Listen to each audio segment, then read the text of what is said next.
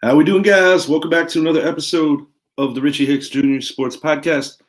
I am your host, Richie, here with my guy, my co-host, Mr. Idris Salam, aka Bosco from the Bronx, as well as my man, Mr. Noah. How you doing, bud? Good.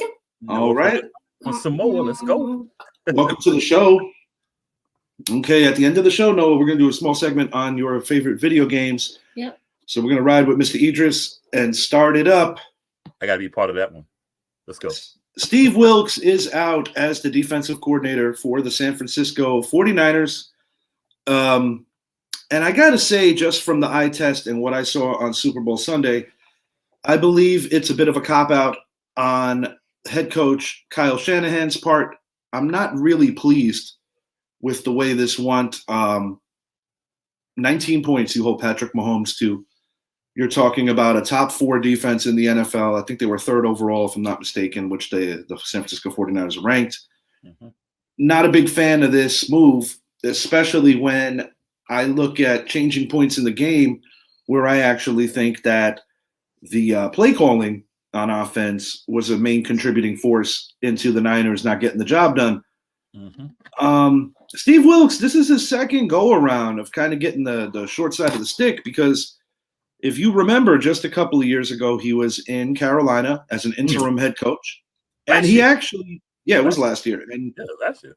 He had these guys playing at a decent level. So I do believe that it's a little disappointing. Mm-hmm. But Kyle Shanahan, I'll say this. Although the 49ers do have a winning organization, if they continue to get to this point and they no longer – and they cannot get past what they're doing, and they can't win with him, it's only a matter of time until they address the head coaching situation. Sit down, please. Mm-hmm. Because, they're getting the reputation of being bridesmaids, so to speak.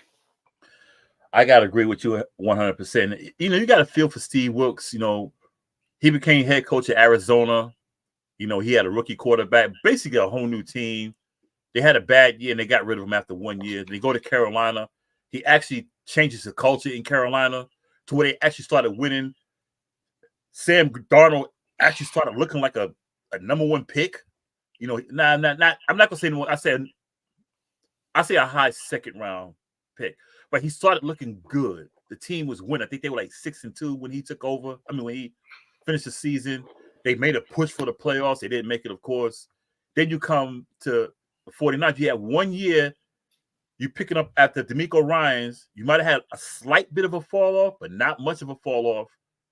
But you got a top 3 defense.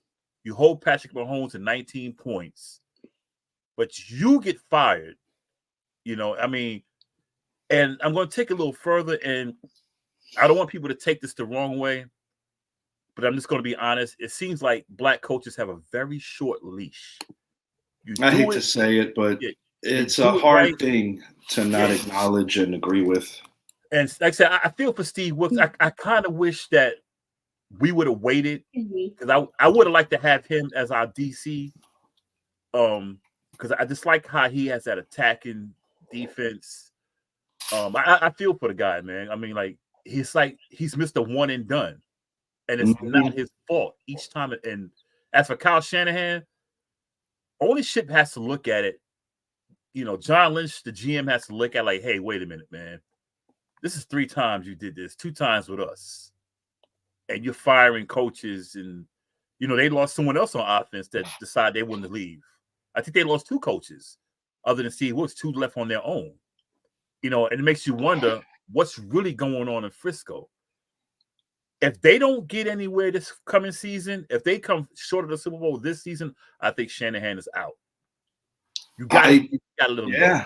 You got to let him go. I've got to agree because, Shanahan doesn't have the best track record in some of these moments. Not like his father. No. Blown lead against the Chiefs 4 years earlier. Offensive coordinator for the Atlanta Falcons when they blew a 25-point lead. In the 3rd quarter. In the 3rd quarter, yes. So, Super Sunday hasn't been kind to him. He's on the wrong side of the only 2 overtime games in the history of the Super Bowl as well. And while we keep it on the theme of the Super Bowl, this is way worse than the previous news. Tragic turn of events at the Chiefs parade. Last I checked, one was killed. I believe there was roughly around 20 people injured. The disturbing thing for me is that half of the victims that were injured were under the age of 10 years old. Kids, yeah. Yeah, it was a dispute gone awry. But in a moment of chaos, there's a good Samaritan, father of 3 girls named Paul Contreras. Yep. I saw his interview with his wife in front of their home, and he was able to apprehend the gunman, subdue the gunman, get rid of while the police, according to him, roughly 30 seconds later, were able to get him. But it's just another sobering reminder, sadly, that nowhere is truly safe anymore. And it hits on a different level to me, because you shouldn't have to worry about taking your kids to a parade. I mean, I enjoyed a couple of parades in the 90s when the New York Yankees were winning World Series. I mean, what if I want to take this guy one year? Right. Say if the Giants win. And granted, I don't necessarily worry too much in New York. Yeah. But it's so disappointing. And, it just always seems like I don't even know what to say. It's just, I remember the Madden tournament. We actually happened to be in Jacksonville that year, and I had an invite to the Madden tournament. Thankfully, I didn't go. I overslept. Yeah.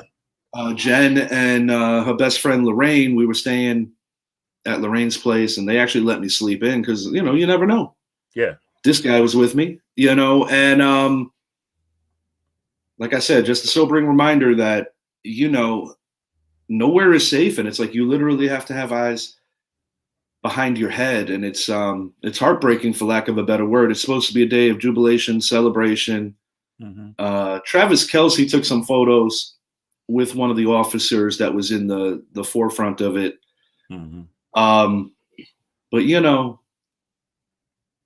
that's all I got. It's just really sad. It is, man, because you're celebrating a championship for the city, perhaps the state, for a fan base is like getting used to winning now. Yeah. Yeah. And you got people who root for Kansas City. They may be fans of, but they're rooting for Kansas City. And then this happened. And with the kids, I'm like, come on, man. I mean, like, it's crazy. And that's why with me, people ask you, why don't I go places? I'm not paranoid or nothing like that. I'm truly an introvert. But stuff like this is why I don't go to big events like that, because I'll go to a football game, but I'm not really into parades because you got these knuckleheads. It's like, what are you doing, man? What's going on? And I don't know what was going on in that person's head. I don't know. But it's like, what would possess you to go to a parade and just start shooting? And sadly, violence has been on the uptick in general with NFL events, because a lot of times you get like drunk fights. Yeah. Sometimes not always alcohol induced, just guys that have troubles with tempers. I mean, we saw a shooting in Miami Gardens for the final game of the regular season between the Buffalo Bills and the Miami Dolphins, where a Buffalo fan was killed.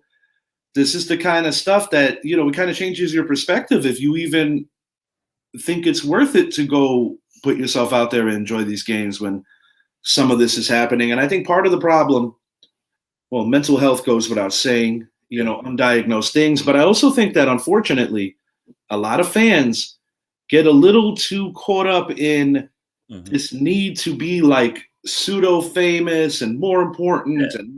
And, because a lot of times I've noticed that you see some of these fans run up on each other off of some nonsense that might have been born in social media. Yeah. It's ridiculous, for lack of a better word. It's truly ridiculous. I'm a trash talker. I am, but I'm not gonna. There's nothing about a sporting event to where I'm gonna like. I've been to Boston. I've been to Philly, the old vet.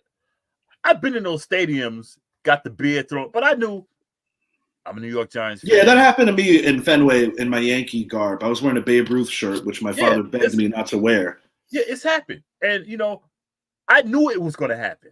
Because I got a lot, I chirp a lot, I knew, and we will win out like and I got hype up, more beer, people just drenched me, and I had a few people who were Red Sox fans with me, But it was all good. Even one guy that drenched me with the beer, he came up and told me, said, "Man, I had to get you with that beer." But we shook it all, and after we all went and got something to eat. Different era. He tried to give me his Red Sox jersey, but I'd be damned if I'm going to put a Red Sox jersey. No, that's a different era because nowadays that'll turn into something much bigger outside the stadium now. Yeah, I mean, I've seen some of the most egregious things in stadiums lately. You got people that are like in the elderly ages. Mm-hmm. I saw one where a guy's like in his 20s trying to fight a dude that was like 70 years old. I'm like, bro, where have we lost ourselves? It's sports. It's not to think that this is acceptable behavior. You know what I'm saying? My thing is about that is, do you think you're impressing your team by knocking someone out? The team is out there. They're not going to cheer you. Oh yeah, he knocked that fan out because we lost. That cheap shot a couple of years ago after the Rangers lost. It was a Ranger fan Ranger fan, yeah. That was disgusting. Tampa guy wasn't even messing with nobody. No. And it happens a lot with the California teams, the Raiders, the 49, even with the Dallas Seas, Philly fans. It's like, what? I mean, I don't know, man. But the shooting, I'm glad they got the shooter. I'm glad the children are okay. But it's senseless, man. It's senseless, and we've got to figure out as a society how to do better. Bottom line. Yeah. Before we move it along to more sports-related topics, I'm going to let my friend Noah here get involved on some of his top video games. I know that he's been wanting to speak about it.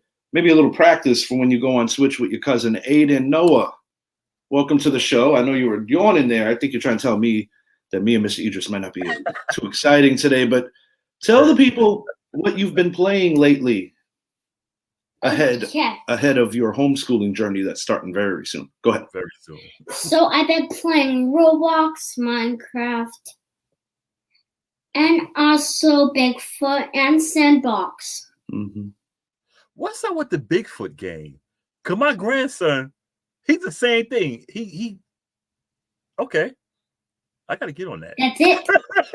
So, is there anything in particular that you want to highlight about some of these games that you've been messing with?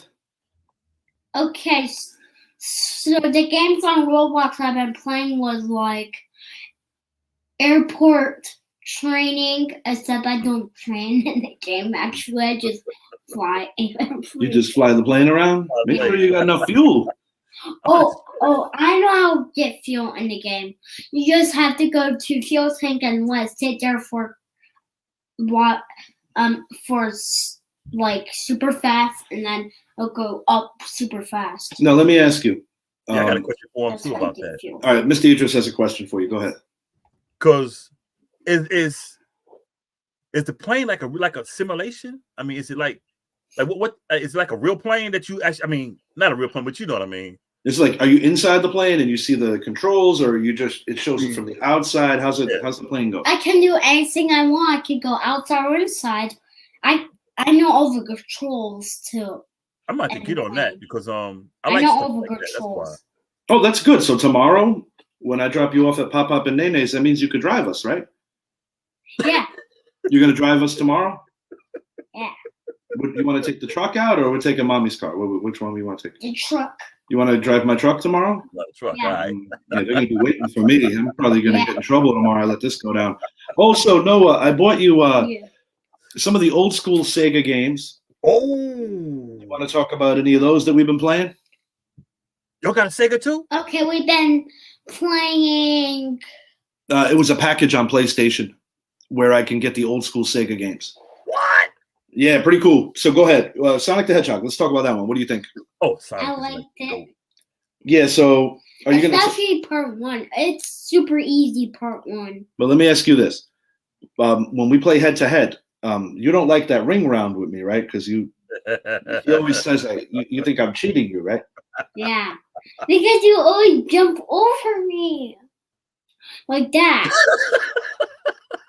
What about Streets of Rage? What do you think about that one? I ain't played that in a while. My favorite part of Streets of Rage is the bathroom one because. Yeah. So what we do. Yeah.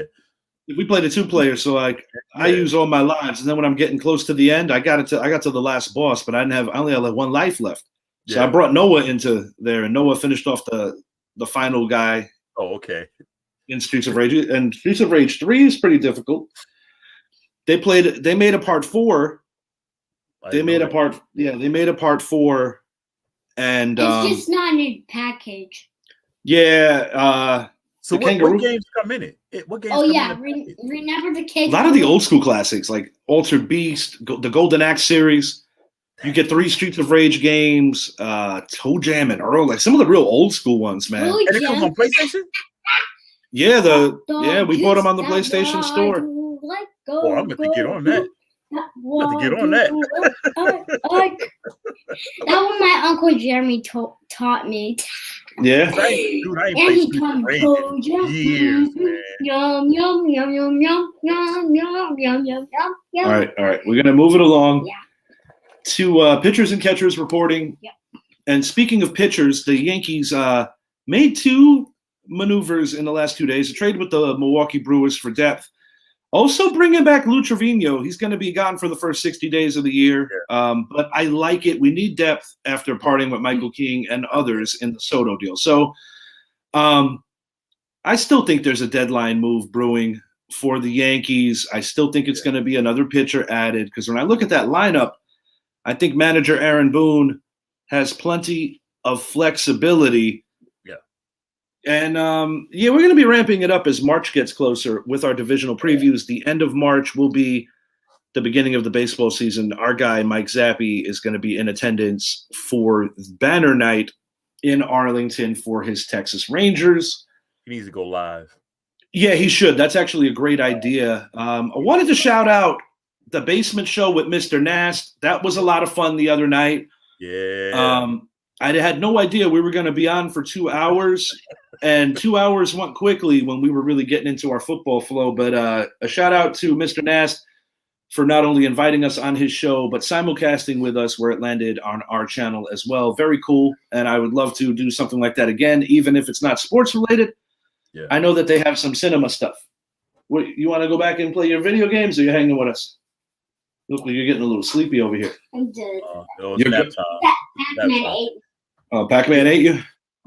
Yeah, with the Yankees, and yeah, shout out to Mr. Nats, man. That was a good show, man. That was a good show. I loved it. For the Yankees, this is why I didn't have an issue with Brian Cashman over the summer when he was making after the season, should I say, when they made the comments he made and the language he used, because I was like, this is a New York thing, and he's basically just going unfiltered. Look, we're gonna do this. Don't worry about us. We're the Yankees. We're gonna rock it. Blah blah blah blah. I didn't have a problem with what he said, and I see he's put this money where his mouth is. He's saying, "Look, okay, we're gonna do this. We're gonna do that. We're gonna build this thing right back. We're gonna start spending a little money like we're used to. We need to win us a championship." Because I think he heard the what people were saying, like, "Hey, we're tired of this. Yeah, we're tired of this."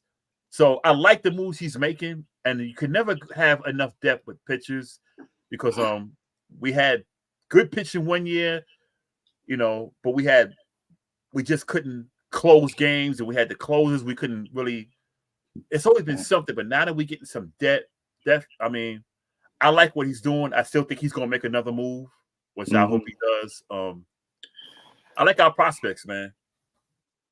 Yeah, I do as well. I think they know that this has to be an all-in approach. I think that's why with the arbitration, the historical arbitration, with Juan Soto wrapping that up. I think Soto, they're showing the fan base that they are very serious. Magic run the Knicks yet again, a day removed from retiring Shaquille O'Neal's number 32. I do want to talk about Shaq as well. This is just a product of the Knicks having too many injuries and roster rotation. They're getting exhausted. But Orlando improves to 3-0 against the New York Knicks this year. Disappointing loss. Yeah. The Knicks just got to get healthy, and you just hope that the losses don't pile up to a point where it kind of wipes out that 9-game winning streak. Yeah. But by the Knicks winning 9 out of 10, it helped. Garrett Cole hoping Yankees use 2023 disaster as motivation. That just popped up on my feed. Yeah, I could see back-to-back size for him. But as the Knicks go, honestly, I really believe it's more a matter of just getting healthy bodies. Because the thing is, when you look at the trade with Detroit, with Bogdanovich and Burks, plus OG is a new Nick, Randall's on the shelf right now. Yeah, you want to get all these guys together going into the playoffs, because that's when ultimately I think, guys are going to get used to each other. And from a depth standpoint, I do believe that the Knicks have enough to make a legitimate run at the NBA Finals this year, but they're going to have to get past Boston. Mm-hmm. Our moves for the Giants draft, man, Noah, you are so into this. Yeah, it's nap time for you, Noah. At number 6 is where the Giants are drafting. I showed you that I got a haul in my mock draft from the Steelers. I guess my question to you, Idris, is if you're the New York Giants, do you consider trading backwards? Yeah. We need capital. We need draft capital. We need draft. We got holes we got to fix. Because we need an offensive tackle, for sure. We do need a quarterback to take us forward. And I think we can get that in the later round. It's just so many quarterbacks out there this year. And I think we just need to get a quarterback, sit him down, let him learn. Let's use the Green Bay blueprint. Let's sit him down, let him watch the game, learn the game, get used to the speed of the game. But I'm trading back. The 6th pick. Golly, man. It depends, because it really depends on what some of these teams want, because there could be a scenario where you take a team like the Pittsburgh Steelers that might want to jump a little further along. Yeah. Then again, we don't know for sure if the Steelers might be on a guy like a Joe Alt, because let's say hypothetically, if the Bears indeed move on from Justin Fields, I know a team like the Steelers would be welcoming that, as well as Kirk Cousins. So quarterback in the draft is not a sure thing. Right. For the Steelers. I'm using them as a point of reference because they did offer me a deal. I did notice this, though. If the New York Giants want J.J. McCarthy, but they want to keep their number 6 pick, I think you got to move those 2 second-rounders to get in front of Tampa, because even though Baker Mayfield's coming off a decent season, he's not there forever. And I do believe that McCarthy is a guy that's similar to Brian Daboll's system, similar to what Antonio Pierce and the Raiders are going to try to do. I think he's a good fit for the Buccaneers as well. So I think that, to Zappy's point, this particular draft is going to be one where you see more trades than in any other season. Are you getting tired? No. Yeah. You need some coffee? After here, we might go in the yard, get you he's ready to lay it down, man. You want to go in the yard with me and do some leaves? After this. He ready to lay it down, dude. Why don't you go see what Mommy's up to? Say goodbye to Idris first, though. See what? Yeah. No, I'm okay. You want to hang? You sure? Yeah. Why don't you go flex the muscles a little? Probably wake up. Little gun show action. He ready to lay it down. Noah, just tap out, man. It's okay. It's okay, man. There's plenty of shows coming up. If you want to hang, it's okay too. I'm gonna hang. You're gonna hang? All right. All right, Hank. That was a fake one. That was a fake yawn? Yeah, how about the other 3? Fake. You getting the itis from lunchtime? Mommy. That was just a fake one. Oh, okay. So you're getting. I'm a faker now. How about the other 3 yawns? Were they fake? I grew up as a faker.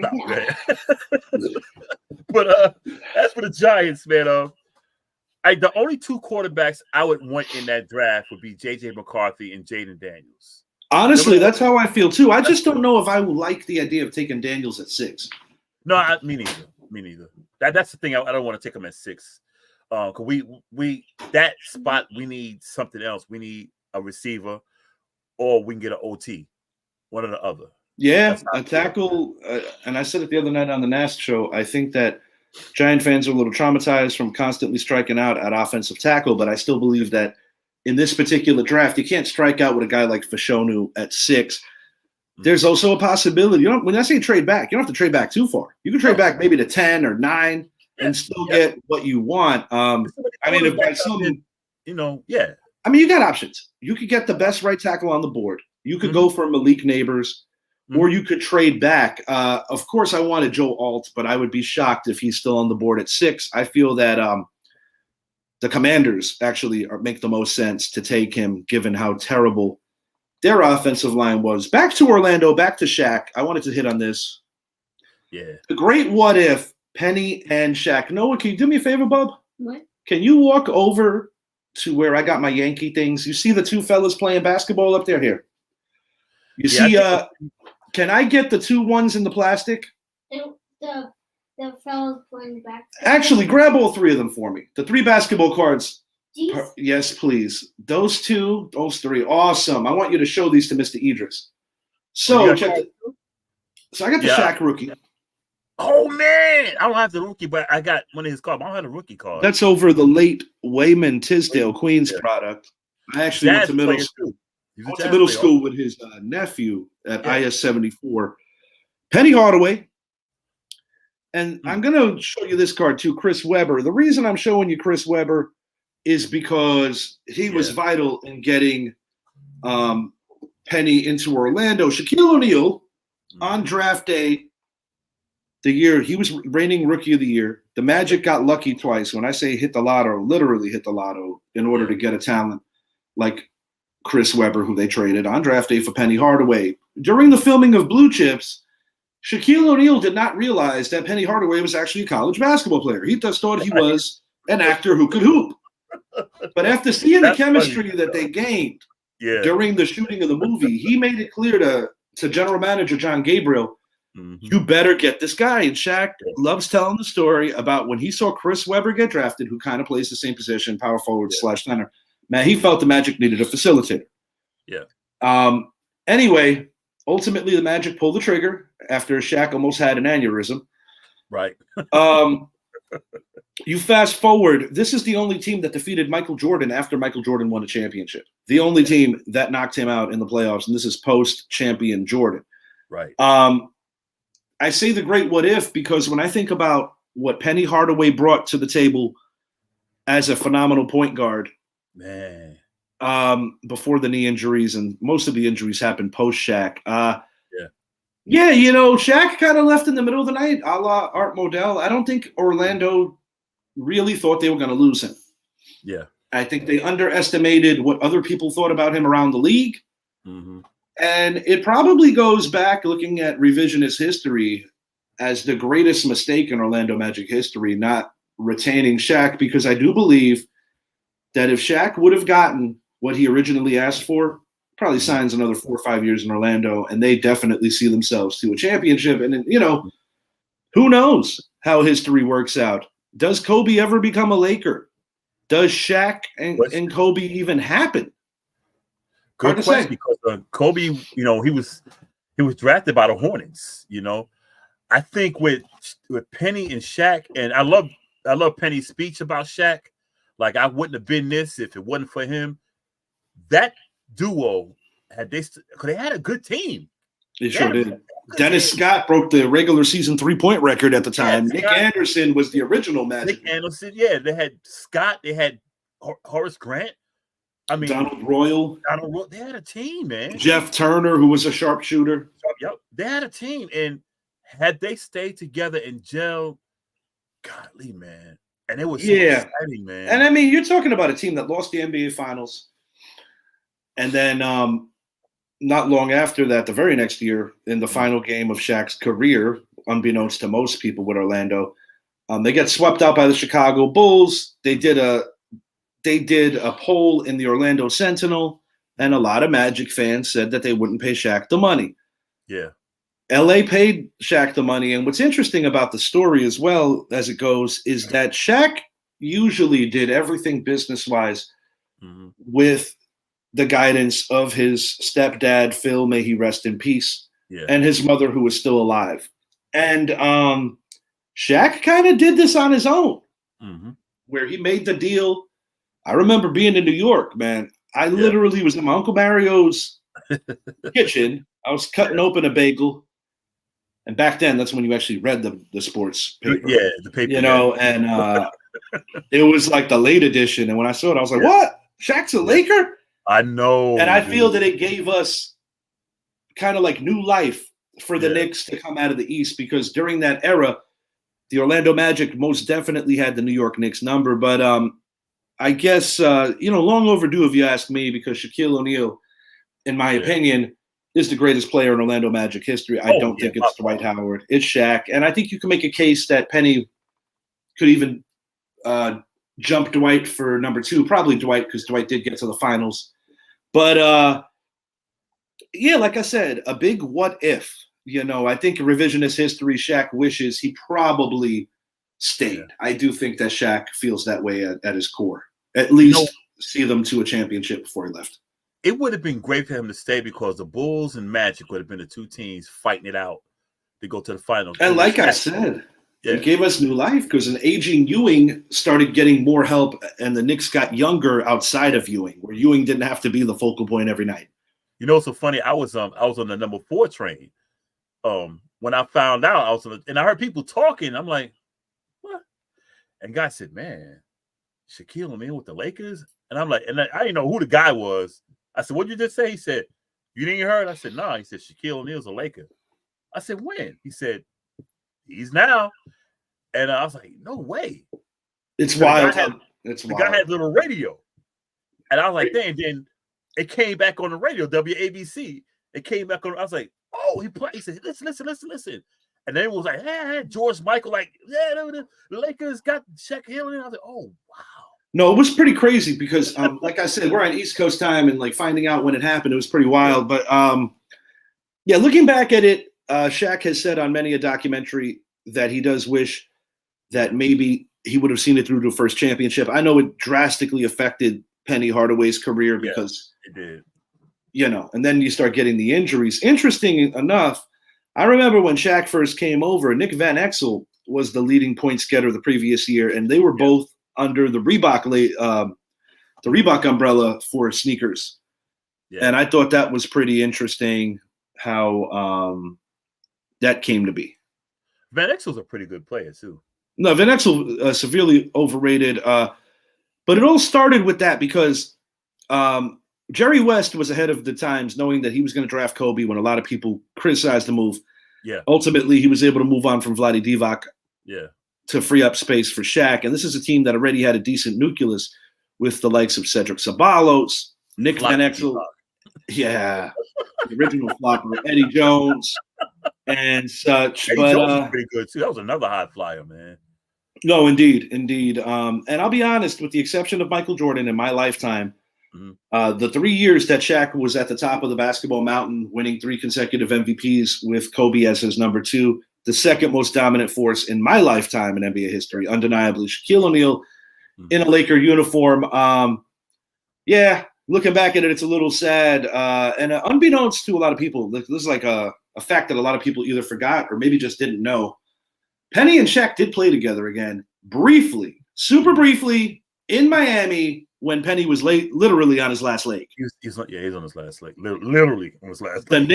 The Knicks had let Penny, they waived Penny. He signed with Miami, and there is a couple of clips, if you want to dig in on YouTube, where you see Penny and Shaq actually playing together again in Miami Heat uniforms, both far removed from what they were in Orlando. I mean, and I like the way Shaq praised Penny. He said he was Kobe before Kobe. Yeah, that's what I said. Just imagine if they stayed together. That team, that duo would have been incredible. And people and I know we got to move on. Those who didn't see Shaq play, they say, "Oh, the only thing he could do was dunk." Shaq knew how to handle the ball. He was a coast-to-coast guy, and you also take into consideration that Orlando team liked to run. So that's all they did was run. Because when we saw Shaq in LA, it was a different version where he put on more bulk, more muscle. Yeah. But I believe that Shaq actually did get a little tired. Yeah. And ultimately, the injuries start piling up, because I think that one of the things that people take for granted with Shaq is that you see this guy dominating at such a high level that people forget that he was hurting. Yeah. And, the way that it ended in LA, it was eye-opening for Shaq too, and it did lead to a literal feud between him and Kobe, but, they were able to patch things up. And that's good too, Yeah, before Kobe's untimely demise. I'm glad that happened. Shaq was very emotional the other night when they unveiled one of more to come Kobe statues. This one was the number 8 statue. Noah, I want to ask you a question before we get out of here. Who's going to win in baseball this year? Who's winning the World Series? You better have the right answer. There you What's go. that? Yankees. Okay, I'll take it. Next year's Super Bowl. Who's going to win in football next year? Next year's Super Bowl. Who do you like? Giants. There you go. They lost this Super Bowl. Well, back in 2000, we lost the Super Bowl. We were nowhere near it this year. But you think the Giants are going to bounce back all the way? And who do we never root for? The Eagles. He went 3-0. Give me an Eagle face. Give me your face for the Eagles. This is for Mr. Nast and the family over there. That's all right. Any posing? Any Hogan must pose? Any posing you want to do before we get out of here? You invite Mr. Idris to the gun show, or you're not really trying to flex? I'm coming down there, dude. So you better be ready. Don't. I'm coming down there. I show on. For Noah and for Mr. Idris, I am Rich. We got a comment coming. Let's see who this is. How much candy did you guys bribe him with to say that? Did we give you any candy before you made that comment? Mr. Zappy wants to know. Yeah. You ain't supposed to tell nobody. There ain't no candy at lunch. What are you talking about? All right. For Noah and for Idris, I am your host, Richie. Thank you for watching. Please like and subscribe to the channel. What's the name of the show? Richie and Noah Hicks Junior Sports Podcast. Oh, we're going to change the name of the show. Right. Nobody told me. All right, let's get you in here. Say goodbye to the peeps.